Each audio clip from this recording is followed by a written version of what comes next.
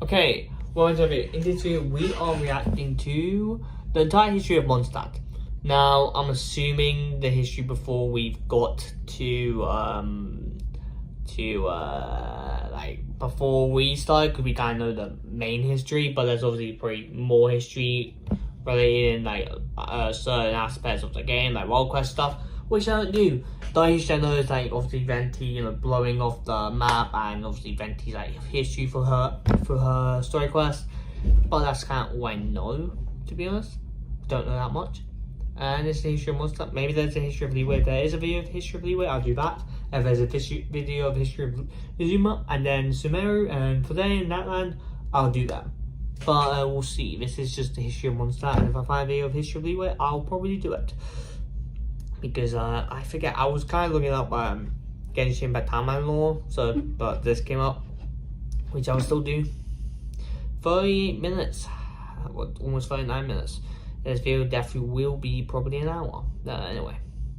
What if I told you Mondstadt, the City of Freedom, was almost sold off to Zhongli? From fallen kingdoms and frozen peaks to a rebellion led by a pyro gladiator who ascended to Celestia, this is the entire history of Mondstadt. Gladiator?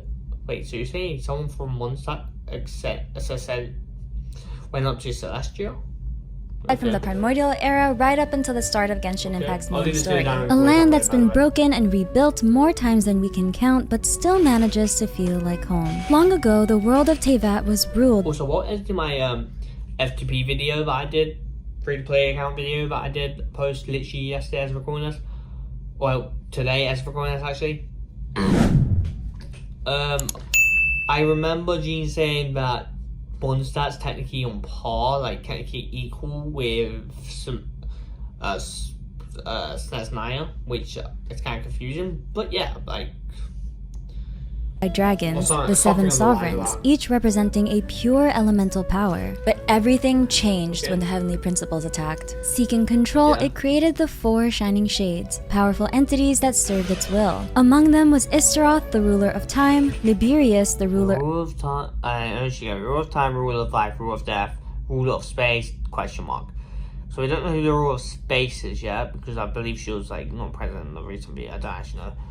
Ruler of death, Renami. I'm assuming we'll see more of these. I think the ruler of time or ruler of life died by one of the five sinners. Life and Renova, the ruler of death. The heavenly principles and its shades defeated the seven sovereigns, and the age of dragon rule came to an end. From the wreckage, the gods began shaping heaven and earth to prepare a world for humanity, a new era ruled by divine design. Speaking of divine design, today's video is sponsored by Once Human, the thrilling free-to-play open-world survival game where the world has ended, monsters roam freely, and now gravity itself has lost its grip. With the release of the brand new Visional Wheel system, the game introduces Starfall Inversion, an exhilarating twist that changes everything you thought you knew about survival gameplay. In this groundbreaking new mode, the skies become your new battleground. When the Starfall Inversion event triggers, a zero-gravity tide sweeps across the map. Suddenly, your jumps are higher, your vehicles float like they're weightless, and fall speed slows to a dreamlike drift. It's chaotic, it's gorgeous, and it's insanely fun. You're no longer just surviving on the ground, you're diving through the air, hunting down powerful elite enemies that spawn in the skies above the wasteland. Defeating these airborne threats earns you gravity crystals, a rare and powerful resource used to craft exclusive gear, tame new animals, and unlock twisted Starfall Inversion morph deviations that feel like something straight out of your strangest sci-fi dream. Every second of Starfall Inversion feels like an event, wild, unexpected, and deeply rewarding for players who dare to take the leap. Once Human continues to prove that it's not just another survival game, it's actually a constantly evolving genre-bending experience packed with style, story, and standout mechanics.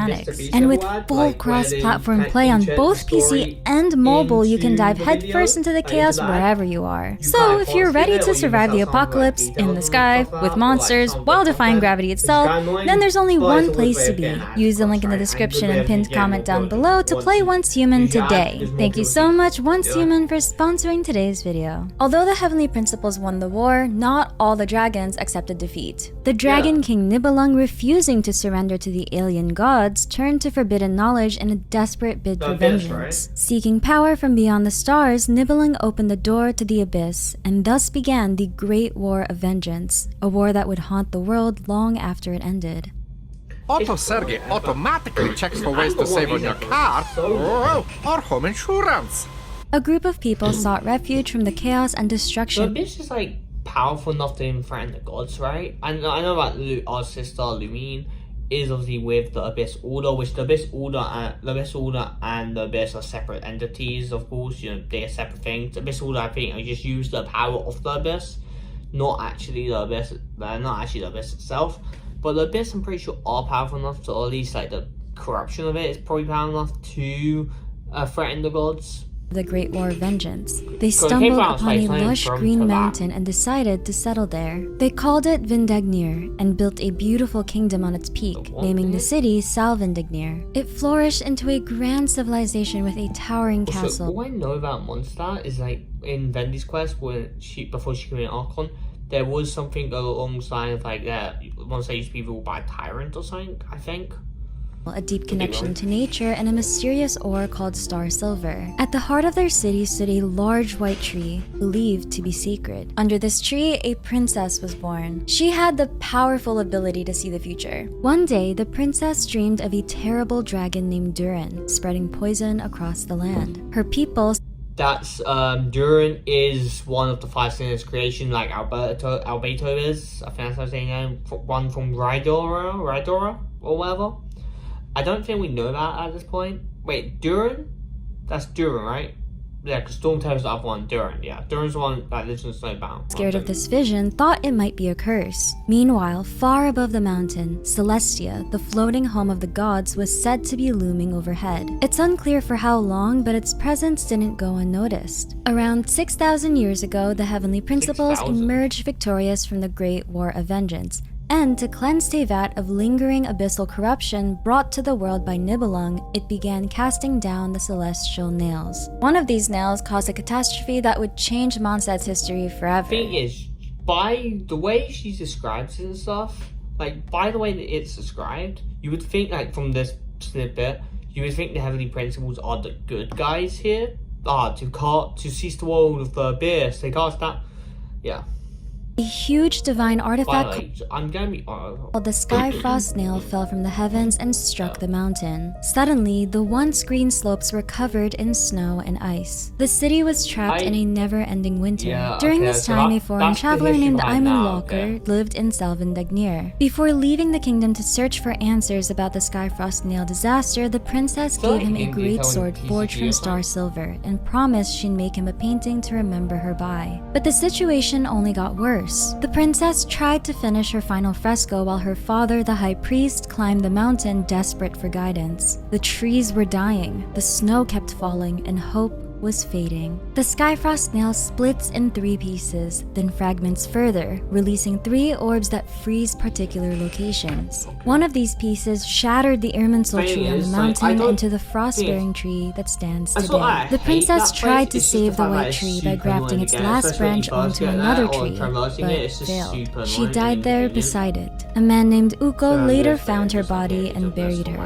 A respawning frost-armed Lawatril on Dragonspine can be fought with the name Uko. Ayman Locker eventually returned, only to find Salvindagnir frozen and lifeless. Heartbroken, he left the Star Silver Greatsword among the princess's unfinished paintings. Having seen how cruel the gods could be, he made a choice. If Celestia only understood war and sacrifice, then he would give them exactly that. And with By the way, I did say a short, honestly, but I did he say a left short, to join but, a like, war, you know, one the of prior many Archon, that would unfortunately follow. Apparently there's, like, After the a little- fall I of don't know, it's, like, Salvindagnir and there's, like, before a the little chaos of the story. Archon War, there Or was like a the quieter Archon, period in or at least, Tevat's like, history. tell. While it doesn't have an Legend official of the prior name, the Archons US doing record all this suggests that with this was a the time of descendants, relative or the peace, ones that at got descendants, least I think, compared to what came is before the and remains after. of a During Lolo this level. I don't know interim if that's true or period, not, some so civilizations take were a quietly look. thriving in the region we now know as Mondstadt. Yeah, One so- of them built Cecilia Garden, a place in Windwhale Highland where they grew the delicate Cecilia flowers inside greenhouses. We don't know much about who these people were, but the style of the ruins suggests they may have been connected to later Mondstadt civilization. I forget that domains in German. I forget domains and stuff. Possibly even Decoravians.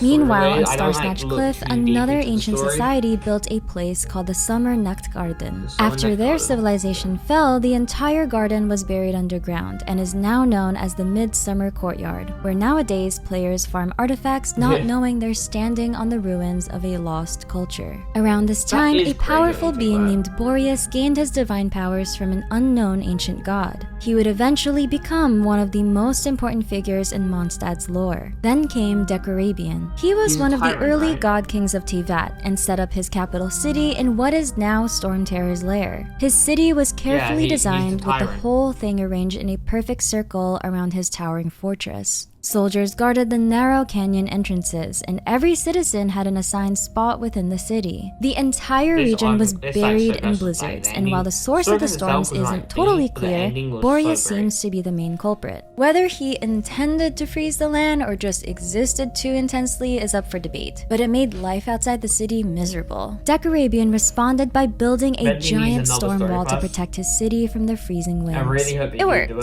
Sort of. Decorabian believed his city was perfectly ordered and that his rule was just. He saw himself as a protector, shielding his people from the deadly blizzards with his storm barrier. But what he didn't realize was that his protection felt more like a prison. His obsession with maintaining order led him to micromanage every aspect of life in the city, from assigning citizens their living quarters to banning certain musical chords that might inspire rebellion. Decorabian wasn't evil in the traditional sense. He simply didn't understand what it meant to be human. He thought he loved his people and assumed they loved him in return. But his idea of love was cold, distant, and fundamentally alien. At one point, he even took a human lover, a woman named Amos. But she soon realized his affection was hollow, nothing like the love she felt for him. When Decorabian looked down from his tower, he saw his people bowing and believed it was out of respect and devotion. In reality, they bowed not in reverence, but because the storm winds he summoned were so violent, they had no choice but to kneel. The people longed to see the world beyond the walls of wind, and over time, they stopped seeing him as a guardian and started seeing him as a tyrant. Eventually, their desire for freedom sparked a full-blown rebellion, one that would bring his reign to an end. The Archon War.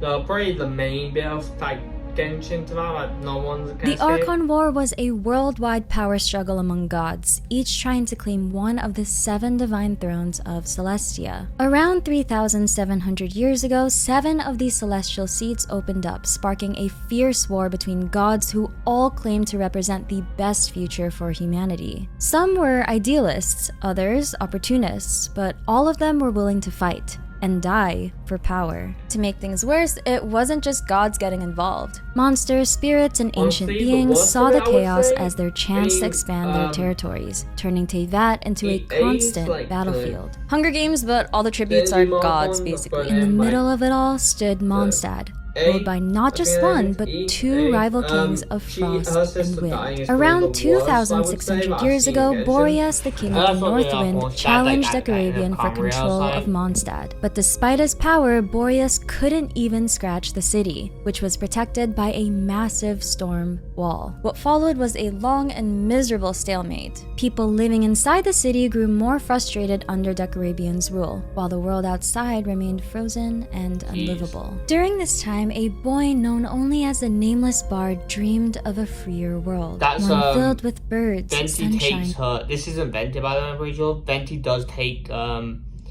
his friend's form as a wind spirit and then becomes obviously an Archon. I'm pretty sure Venti is the weakest of the Archons, I could be wrong.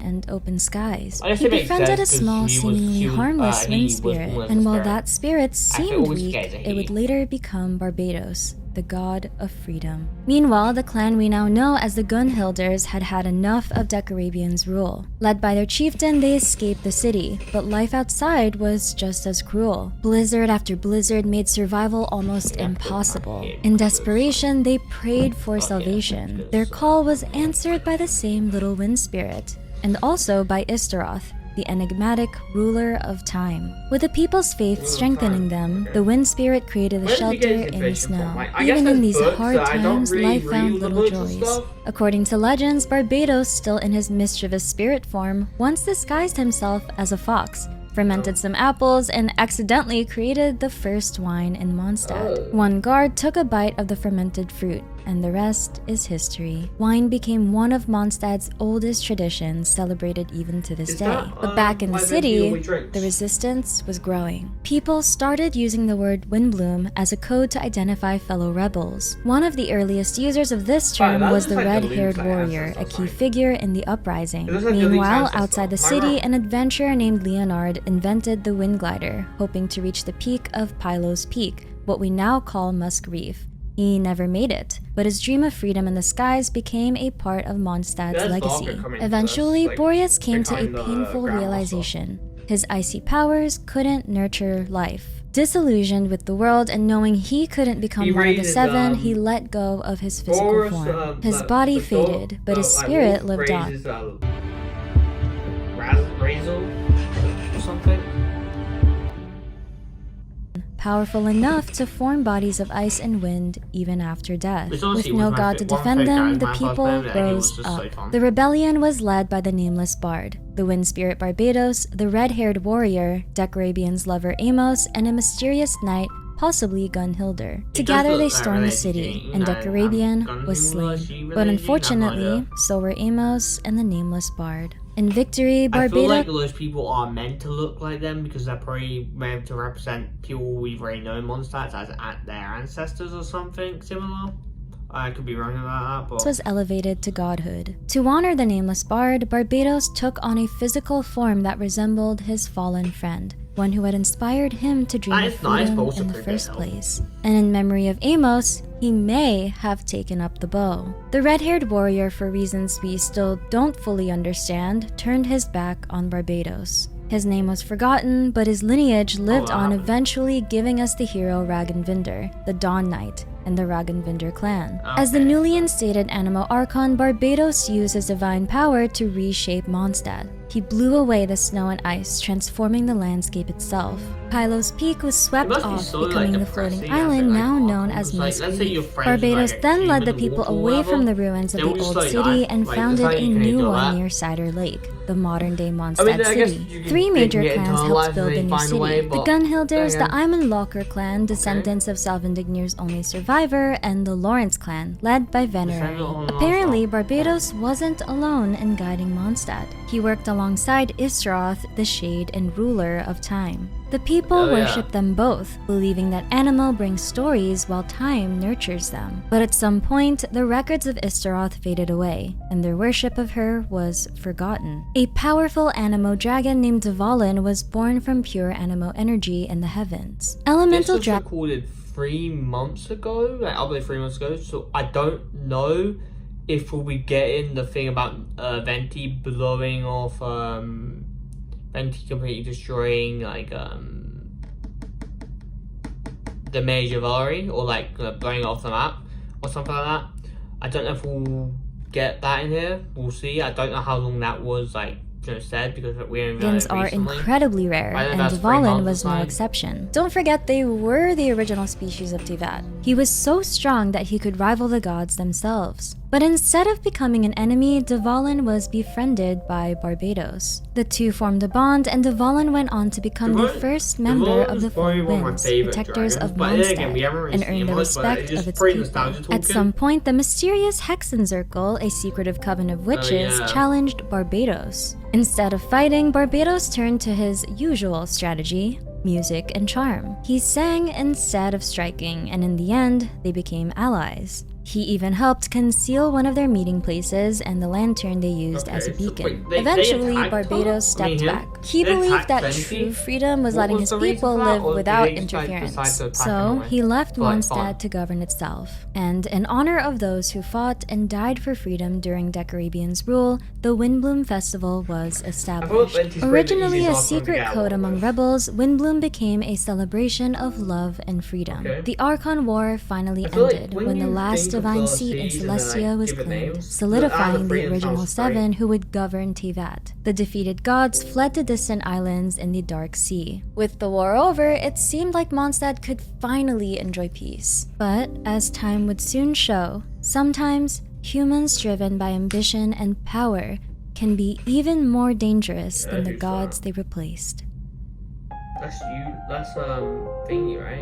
Oh yeah, I forgot, Mondstadt has the clans or whatever. Barbados' absence gave rise to a ruling class of aristocrats who were said to have been blessed by the gods. This era is the early aristocratic period of Mondstadt, and these aristocrats trace their bloodlines back to the heroes of Mondstadt's early days. Some of the most prominent clans were the Lawrences, the Gunhilders, and the Ayman Locker clan. One notable figure from this era was Venerary of the Lawrence clan. He built the iconic statue of Barbados that still stands in front of the Favonius Cathedral. Below the statue, he and the other clan leaders inscribed a vow to protect Mondstadt. Despite the growing power of the nobility, many of Mondstadt's beloved traditions were started during this era. These included hunting events where nobles and commoners worked together and a variety of festivals. Ludi Harpastum, a 15-day celebration of wine, music, and freedom, which would later transform into something more sinister. Windbloom Festival and Vineless Fest, held during the harvest, which celebrates Barbados' annual return with the west wind. At some point during the late aristocratic period, 1,600 to 1,000 years ago,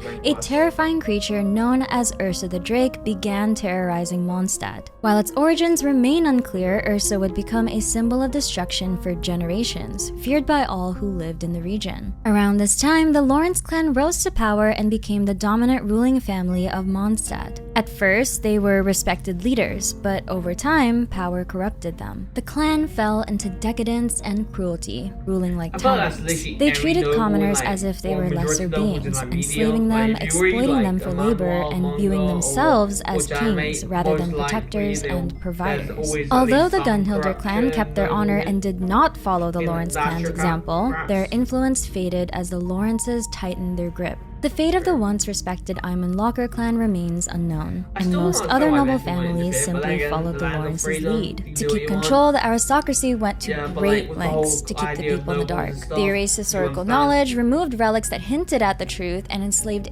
anyone who dared speak out. Even the knightly order at the time, calling themselves the Starlit Knights, didn't stand for justice. They served the corrupt elite and helped keep the citizens in chains. According to the lore of the Royal Spear, Mondstadt's aristocracy had a very specific idea of what noble combat looked like. The nobles believed that only those of high blood were worthy of wielding swords. To them, the sound of swords clashing was like music, a chorus for lofty souls. Spears and bows were considered beneath them, and were the weapons of gladiators and commoners, tools meant for laborers and entertainers, not elites.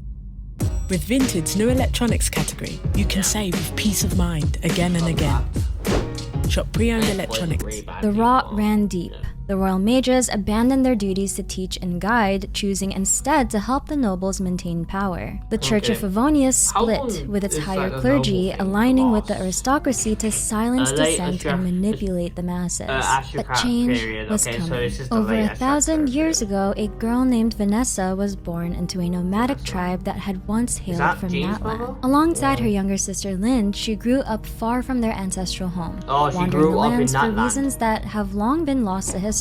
We can theorize that the tribe's exile from Natlan may have severed their connection to the Wyob, mysterious entities believed to protect their people. Without that protection, Bennett is from Natlan, by the way, in British Vescovo. I don't know if he'll talk about it in here, but if he's talking about individual characters, but then again, probably not, because technically that thing. But then again, maybe because he was kind of carried along the wind.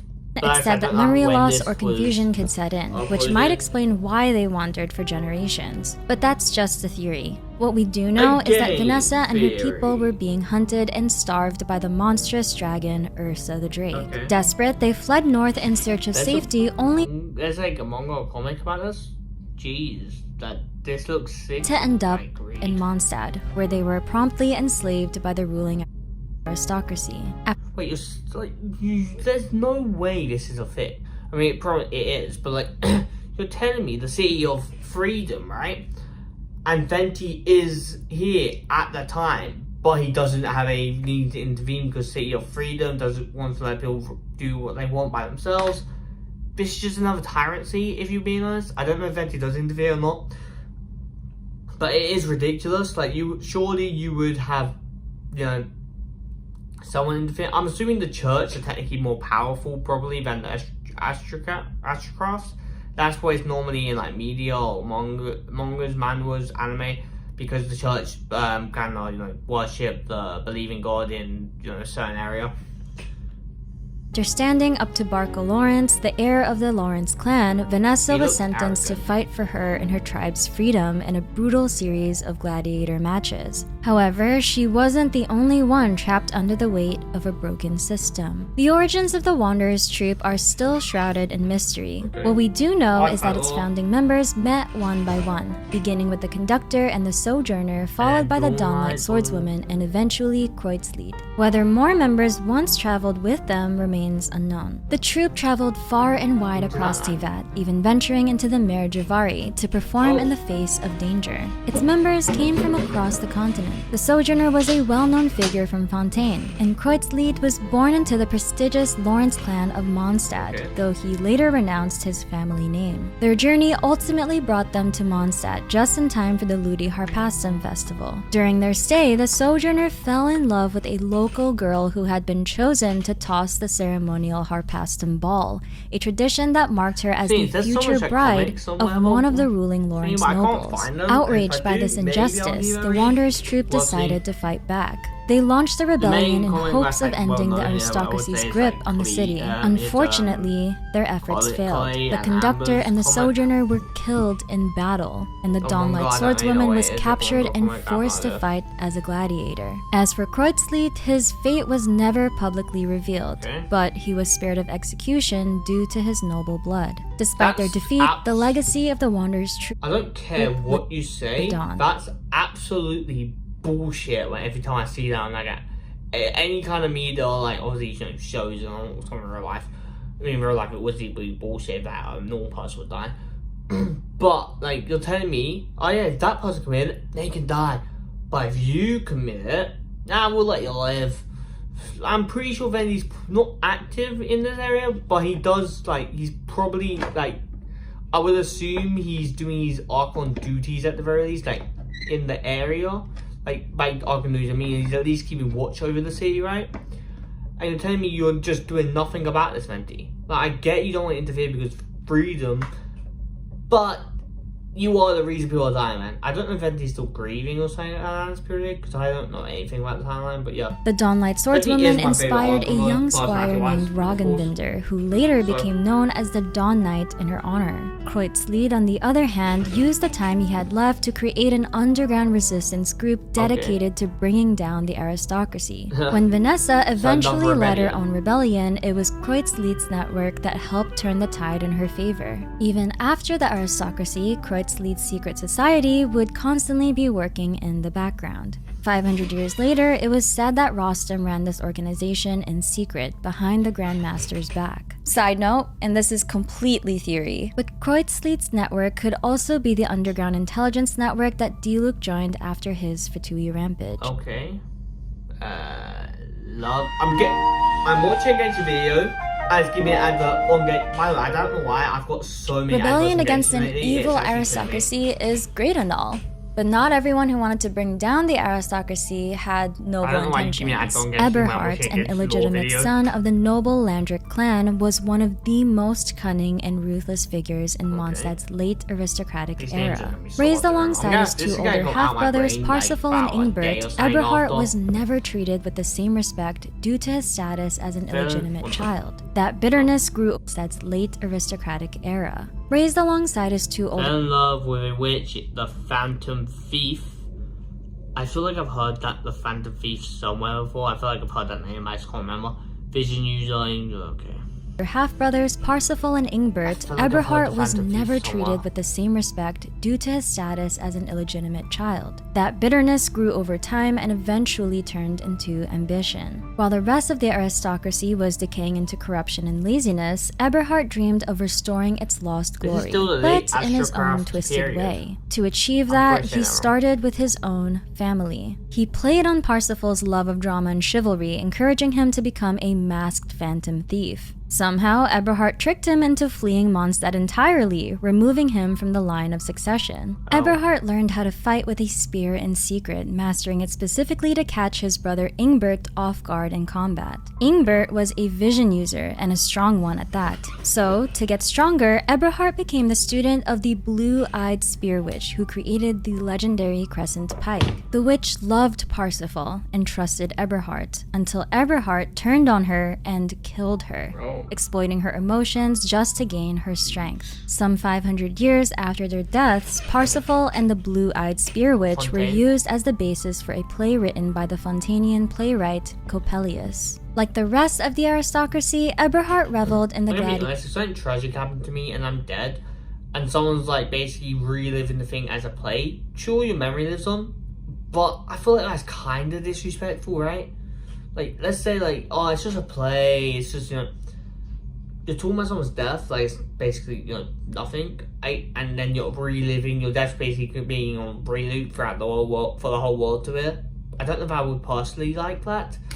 Yeah. Arenas, where enslaved fighters were paraded like animals for sport. After many years of loyally fighting under his master Eberhard, the gladiator who wielded the death match, and who the gladiator's finale set belongs to, was killed by Vanessa. Despite fighting many bloody battles for Eberhard, even after he had already won his freedom, the gladiator found out that Eberhard had already left the scene for reasons unknown. As Mondstadt groaned under the weight of the corrupt aristocracy, the cries of the people finally reached its slumbering Archon. Barbados, long absent from his nation, awoke from his nap. Disguised as a bard named Venti, he quietly returned to Mondstadt and befriended Vanessa. Ursa the Drake was still terrorizing Mondstadt, so Lord Lawrence had struck a deal with the monster, planning to sacrifice Vanessa and her people in exchange for peace. It was meant to be a death sentence, but in that exact moment, Barbados revealed his true form. He descended onto the battlefield, lent his strength to Vanessa, and together they defeated Ursa. The crowd that once cheered for blood now watched the turning of the tide.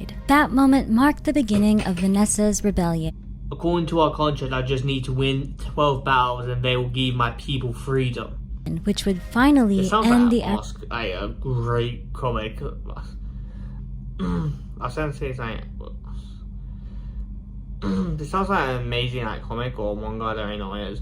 But sounds really great. Aristocracy. The story told by official historians says that Barbados presented a fake contract between the aristocrats and Morax, the Geo-Archon, claiming the aristocrats had sold Mondstadt and even their own troops to Liyue. Outraged by this supposed betrayal, the soldiers turned against their masters. Only years later did scholars uncover the truth. The contract was a lie. A clever trick caused to unite the people and take back the city. Vanessa clearly wasn't alone in her fight against the aristocracy. Roggenvinder joined her cause, and so did Kreuzlied, the last surviving member of the ill-fated Wanderers troupe, whose secret underground network proved vital to the uprising. The Gunhilders joined the rebellion, and even some within the Church of Favonius turned against the aristocracy, led by a mysterious figure known only as the Nameless Shepherd. I feel like the church would easily turn on the aristocrats. I'm assuming that's the aristocrats. Because the fact that Venti herself, the Barbados, just descended, that you would definitely... With the rebellion's victory, the worst of the aristocrats were exiled, including their collaborators in the church and the royal mages. Only the clans who had remained honorable, like the Gunhilder family, were allowed to stay. Vanessa went on to found the Knights of Favonius, becoming its first Grand Master and earning the title of Dandelion Knight. She also helped restore the Church of Favonius, hoping to prevent another era of tyranny. Meanwhile, a Knight of Boreas arrived in Mondstadt and joined the cause. Though his loyal wolf wolf companion chose the wilderness over the city. When the wolf eventually died of old age, the knight left the order to wander the world. With the old order gone, Röggenvinder turned the aristocrats' lavish indoor bathhouse into something far more useful: Mondstadt's first public library. It eventually became the largest library in all of northern Tevat, until the Great Fire of Fall Equinox reduced it to a fraction of its former glory. Even so, the restricted section in the basement survived untouched, its secrets still locked behind heavy doors. The statue of Barbados, originally erected by Venerari, was rebuilt after the aristocracy's fall, although the original inscription was lost to time. The new inscription apparently reads, "The Gateway of Celestia." Sometime after these events, the Four Winds... Which I'm pretty sure ties into Nokrai with Vodka going there for the moon, and I'm pretty sure like our the starting sea that we found near Mondstadt, or we woke near Mondstadt, isn't a coincidence, which will probably, the game will probably end with us, like, not end, but like, we'll probably, like, us going to Celestia will probably be just completely, like, you know, going there, right, at Mondstadt, us probably waging a war against Celestia, which I am down for. A big war against Celestia sounds like a really fun Arkham quest. I would really enjoy that. Yeah, and also I believe after Cesnaya we are getting Comria, which I believe will probably get in the flashback, or Lumi will be successful in reviving it, which would make the Heavenly Principle attack, and that's what will lead us into the Heavenly Principle arc, most likely. Mondstadt were formally established. Boreas became the Wolf of the North, Dvalin the Dragon of the East, and Vanessa took up 2 roles as the Lion of the South, a title held by all Grandmasters, and the Falcon of the West. Eventually, Vanessa was chosen by the gods and became one of the few known people in recorded history to ascend to Celestia. In her place, a massive oak tree grew, marking the spot of her ascension at Windrise. That tree would later serve as a conduit for divine energy, a place where Venti himself would return to purify the corruption of the abyss or heal his own wounds. But whatever happened to Eberhard? His father Landric organized an expedition to Salvindagnir, hoping a major discovery would restore public faith in the aristocracy. The party included several young nobles, among them Ingbert, Luther, Nick, and the ever-scheming Eberhard. Once they reached the mountain, a snowstorm scattered part of the team. While regrouping at the base camp, Eberhard convinced the others to investigate a locked room rumored to contain frescoes and star silver weapons. During the attempt, a cave-in killed Nick and buried their supplies. Later, Eberhard led Luther and Ingbert into a cellar and ambushed them. Both were badly wounded. Ingbert managed to fight back using his vision, forcing... I swear, these names are driving me insane. Like, it's like putting just a bunch of words together. Eberhard to flee. As Luther bled out, he left behind a journal exposing Eberhard's treachery and warning Landric of a larger scheme. Eberhard tried to escape through an old prison and follow a hidden route to the sea, but Ingbert caught up to him. The brothers fought one final time, and Ingbert was killed. Eberhard reached his boat, intending to return to Mondstadt, but records show he never made it. His co-conspirator Priscilla waited to warn him, but she was captured by the nobles before she could light the signal. Whatever Eberhard's grand plan was, it died in the snow. Mondstadt was finally free, not just from gods, but from humans who had completely forgotten what freedom truly meant. The winds of change had blown once again, and the city was ready for its next chapter. When we get actual like Mondstadt stuff.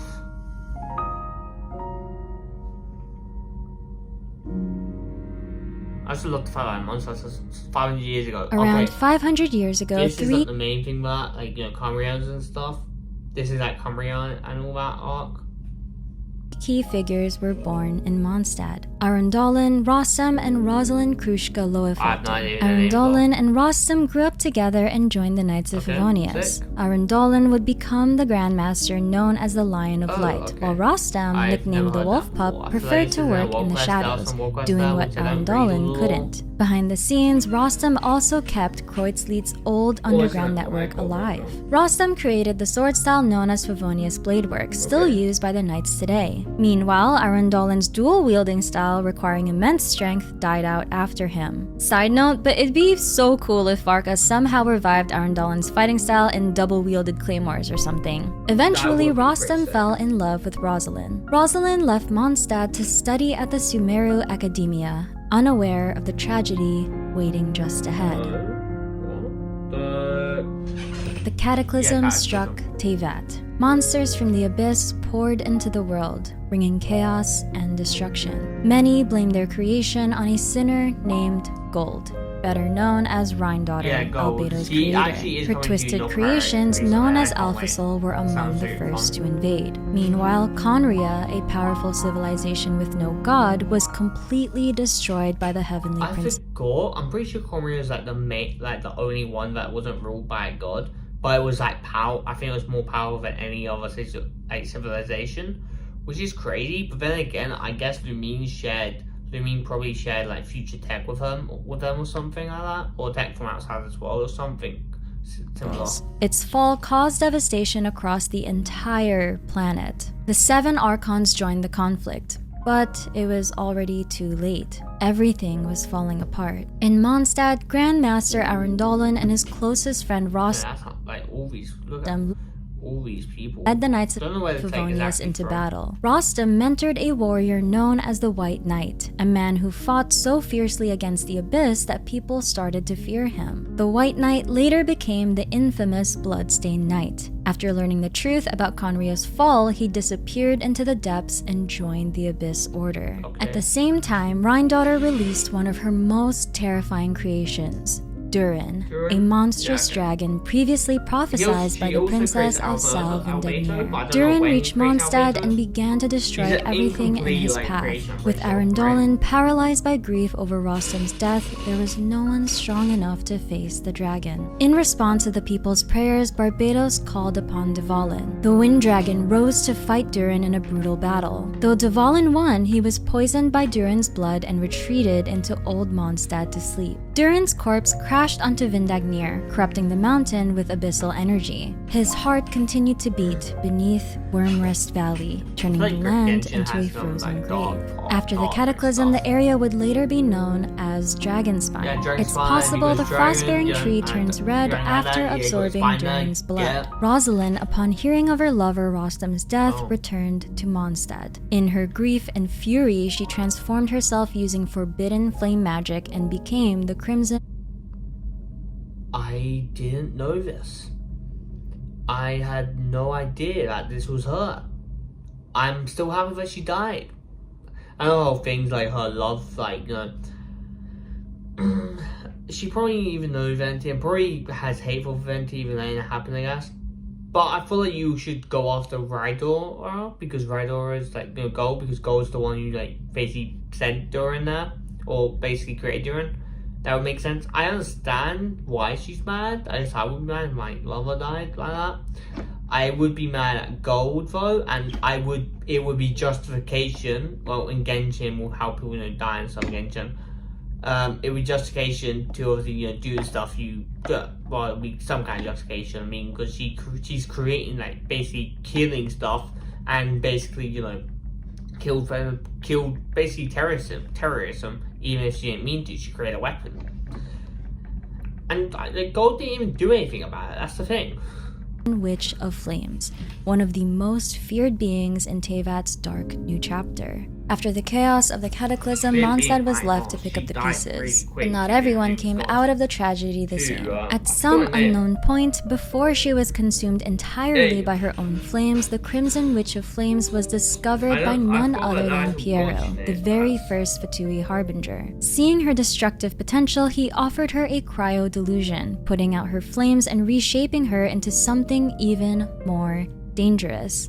La Signora, the 8th of the Fatui Harbingers. Around 400 years ago, a curious ancestor of both Ella Musk and Dr. Edith wrote a research paper called An Investigation into the Cultural Customs of the Wind Kingdom, which gave future generations a look at Mondstadt's traditions. Okay. This work was later quoted in the book Breeze Amidst the Forest. Roughly 300 years ago, a man named Olaf was born in the quiet village of Springvale. During a hunt for a rare breed of boar on Dragonspine, he was accidentally frozen by a cryoregispine and preserved How do you get accidentally frozen by a slime?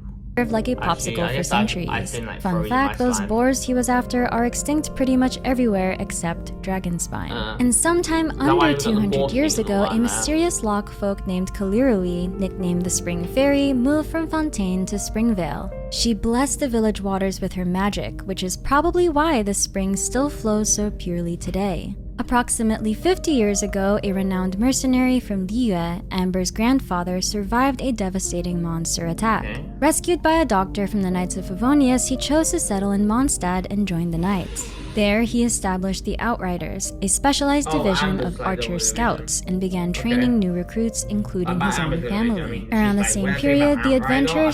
Seamus She's Pegg like, settled in Mondstadt, joining the Church of Favonius and eventually becoming the Cardinal of Daybreak. Okay. He fell in love with Frederica Gunhilder of the esteemed Gunhilder clan, and together they had two daughters, Jean and Barbara. Oh, so However, I the guess- couple eventually separated, with Jean staying with her mother and Barbara with her father. I guess that's why, like, Approximately Barbara's, 12 like, years in before the church start and of the all. story, Diluc received his pyrovision at the age of their 10. parents A few still years alive, later, like that? Kaya was left at the Dawn Winery by his biological father, becoming an adopted Kaya is from Cumbria.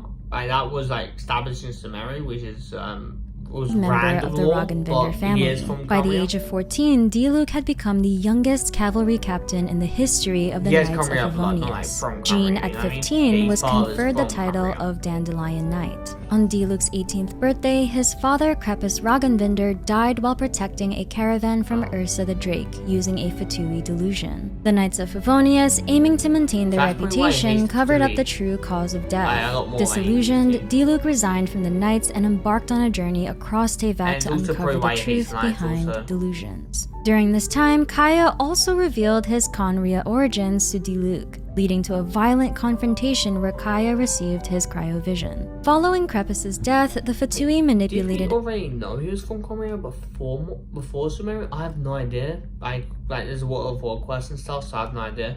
Or was this just after Sumeru? Like I said, I have no idea. events to gain influence in Mondstadt. They used devices emitting mistgrass aroma to lure Ursa the Drake, allowing Ilditore to slay the beast and position the Fatui as saviors. Meanwhile, Diluc continued his crusade against the Fatui, dismantling their operations across Tevat. His actions drew the attention of the Fatui harbingers.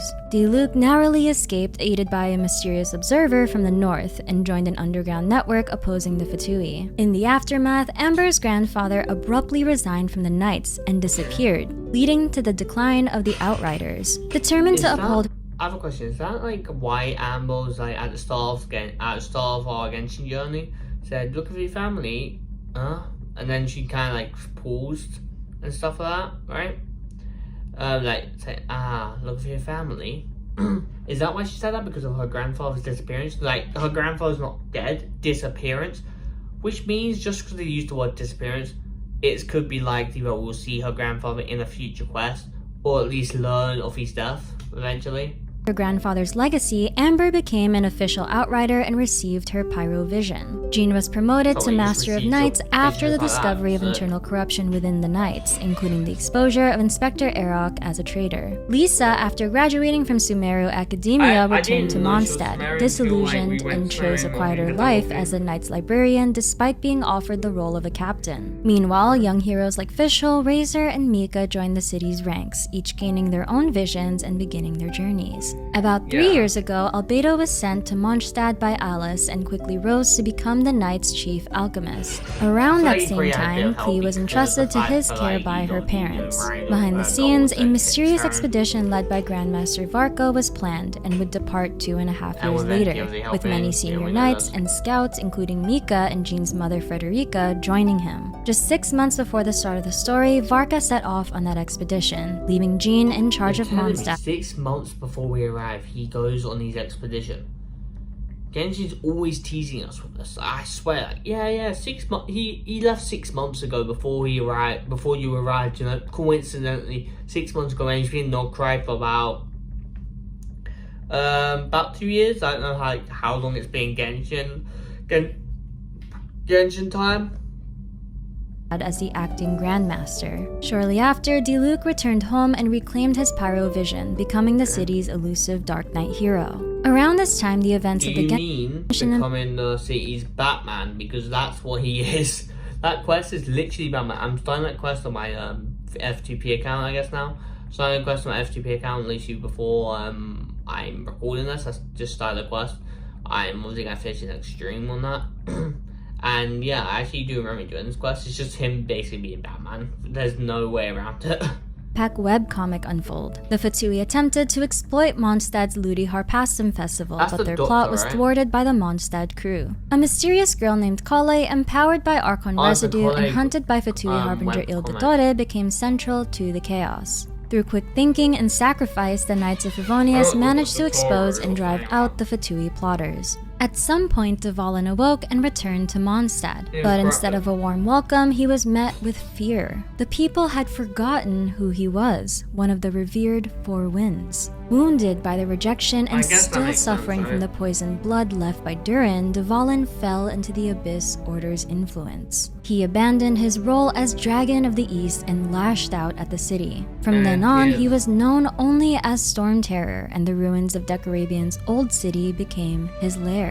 And then, somewhere far from Mondstadt, a traveler awakens after being separated from their sibling and attacked by the unknown god. Lost in a strange, changed Tevat, they wander until one fateful day when 2 months ago, they fish a strange floating companion out of the water. That floating companion is Paimon. And she takes your voice away for about basically every quest. And she does all the talking, and then she makes you rush into danger without thinking a second thought. Yes, that's Paimon. That's the Paimon we know. And the emergency food. She teaches... She's known as the emergency food. That word went so much better. Them the local language, becomes their guide. By the way, I just saw it's always funny. I love the fact when they give us an option to basically bully or tease Paimon. Like, yeah, it's just super funny in my opinion. I really love every time they give us that option. I don't get as much option now, but when Genji when it's like, yeah, you can decide whether she's your companion or something, or emergency food. I'm pretty sure I picked emergency food both times. It's just always, I don't know, I just love the idea. Suggests a plan. Seek out the 7 Archons and uncover the truth behind their siblings' disappearance. Yeah, which I'm gonna be honest, I don't know why we're in Nordcry then, because none of the Archons are in Nordcry, but I guess we're going to Nordcry to see Varka and stuff. But even before we knew Varka was in Nordcry, I'm pretty sure. I don't think they said he was in Nordcry. But before we even knew Varka was in Nordcry, I think, right? Well, the Traveler knew. We were still going to Nordcry, which makes no sense if we're going there purely because of the fact for thing. I guess to go to says now we need to travel through Nordcry. But, like, and to be fair, if I was the Traveler personally, I probably wouldn't go to Cestina until I got a plan, because I would assume the Cryo Archon wouldn't want you to step foot in that sea knowing you're against the Fatui in the first place.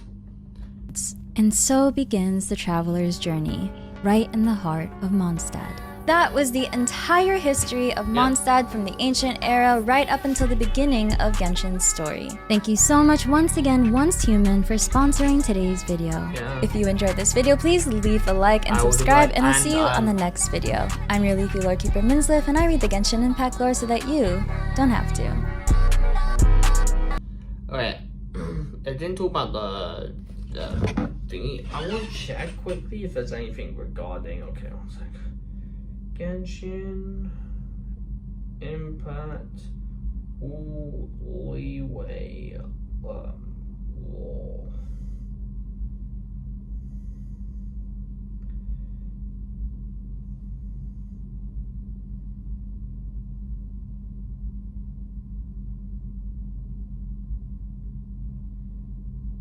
Alright, one sec. Genshin the entire.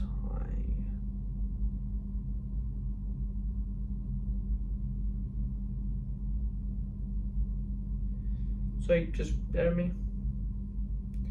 I can't find a video on this one now, but I'm sure there'll be one. Oh, the complete story of Genshin Impact is 2 hours. I'm actually gonna save that to watch later.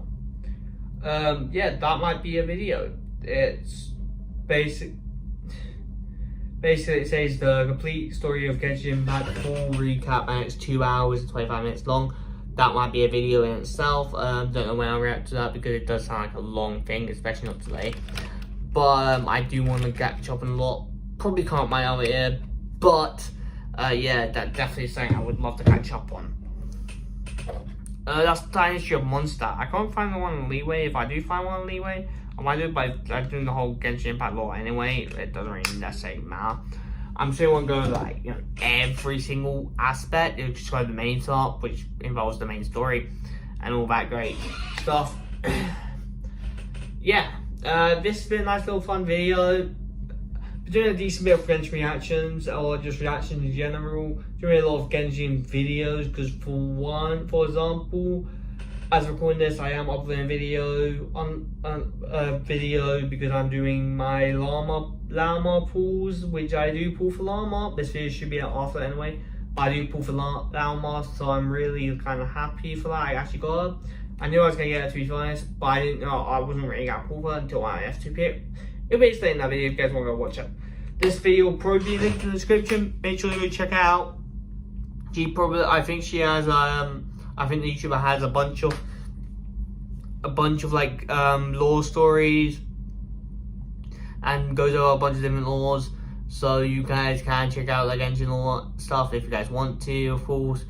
And yeah, without further ado, subscribe, do all great stuff.